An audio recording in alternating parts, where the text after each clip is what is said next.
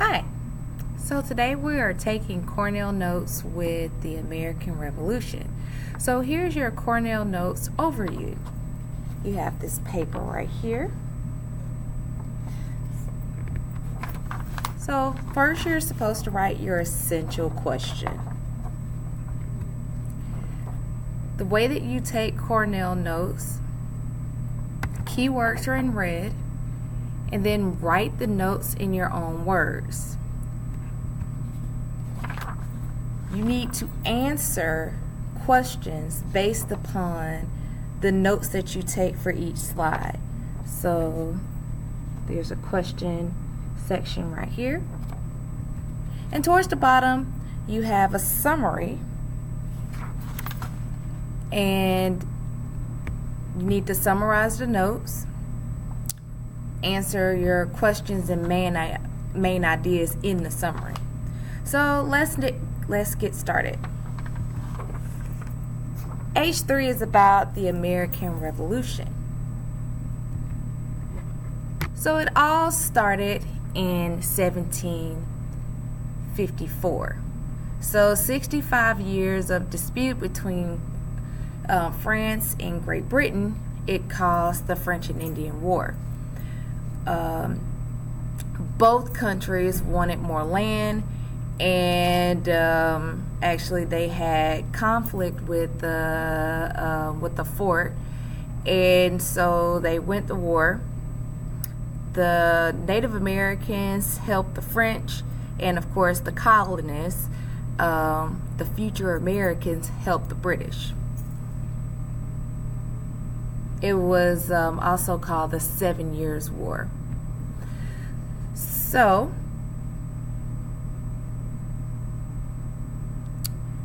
this is before the French and Indian War. As you can see, the French had the purple, the British had the green. So now after the proclamation of 1763, as you can see, the French is no longer in North America. All right, Georgia did not take part in the war, but it did help with it because they were a part of the colonists. They were the royal colonists.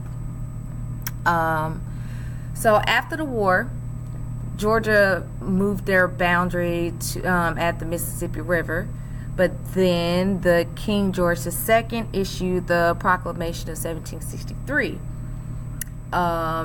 And it said that it forbade the colonists to settle west of the Appalachian Mountains. And it also placed British redcoats, British troops, placed it along the border to enforce the law.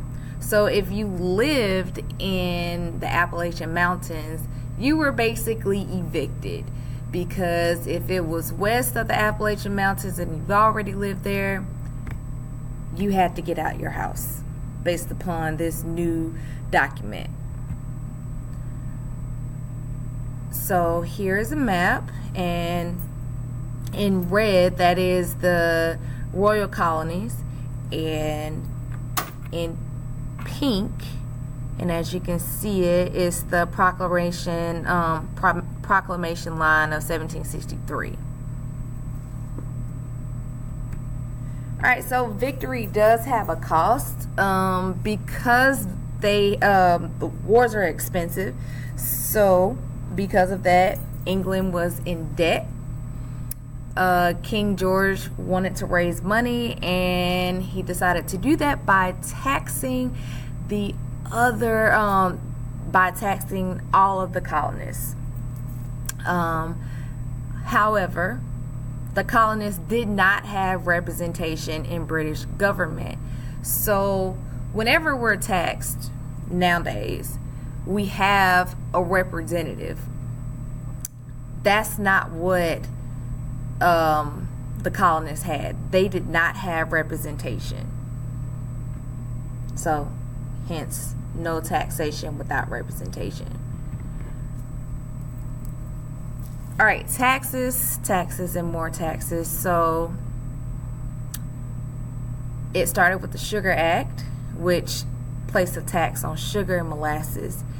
The Stamp Act, which is in your standards, it was an attempt to raise money after the war. It placed taxes on newspapers, everything that was on paper, licenses, documents, legal documents, playing cards.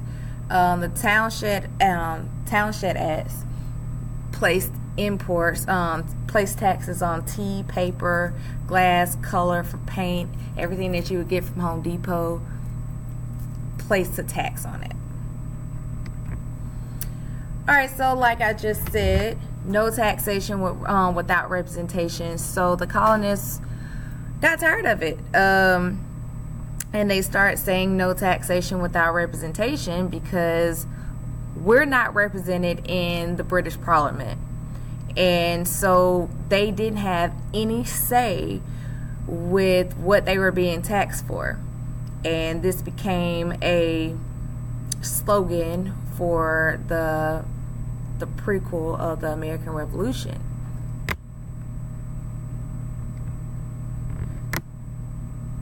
Alright, so we already know about the Boston Tea Party.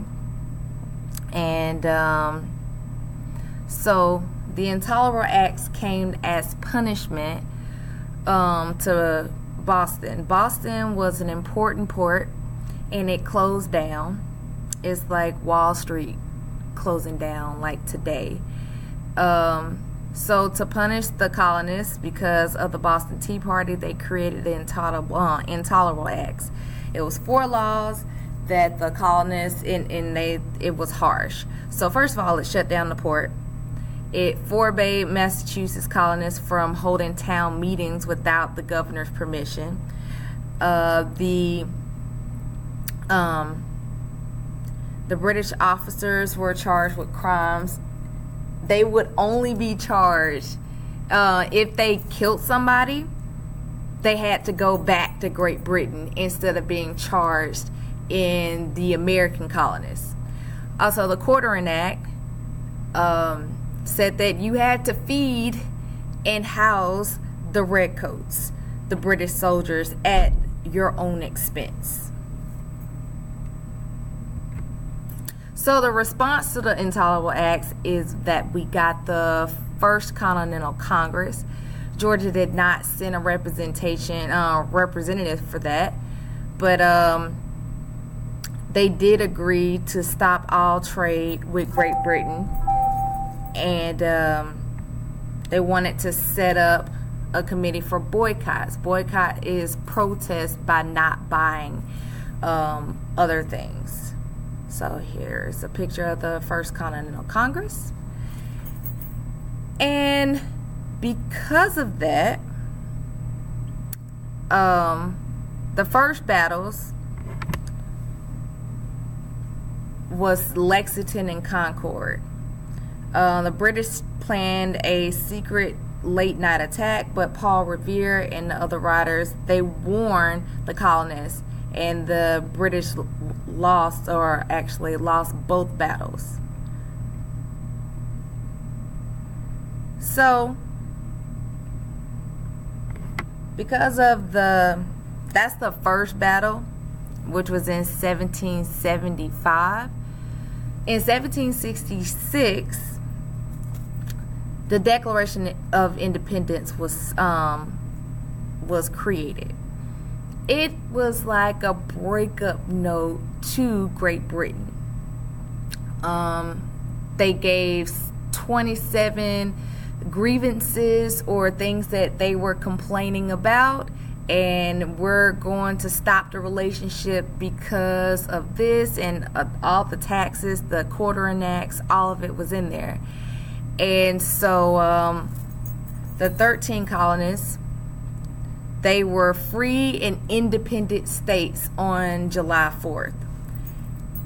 And the first part of the Declaration stresses the natural rights, the rights that belong to all citizens from birth. The second part was the wrongs committed by Britain and the king.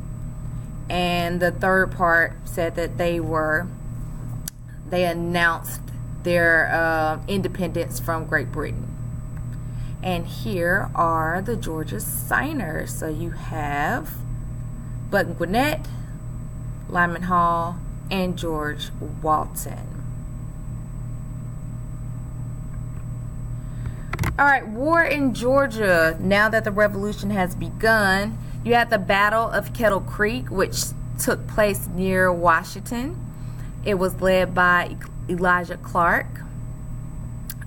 He defeated 800 British troops. Clark County is named from him, or is named after him. As you know, I am from Clark County. Go Dogs, go Athens.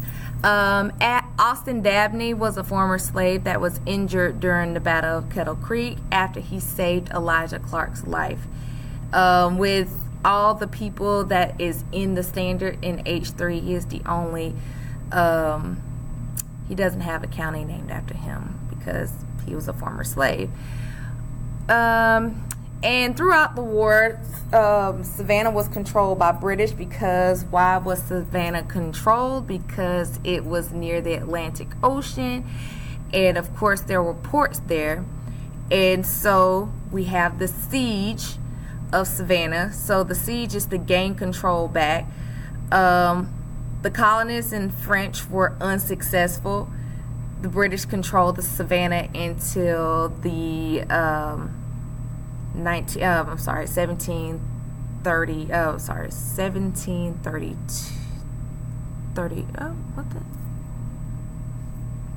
1732 or 82. I'm sorry, I can't read numbers. All right, war in Georgia after the Battle of Kettle Creek. Nancy Hart. Here's a picture.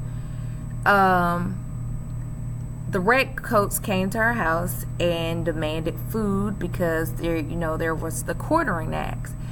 And so the soldiers bragged about the murder of John Dooley. And after she served them dinner, she took their rifles and she was able to kill one of the redcoats, and because of that, Hart County is named after her, and it is the only county that is named after a woman. And also in October 1781, the French forces helped General George Washington to defeat the British in the Battle of Yorktown. British General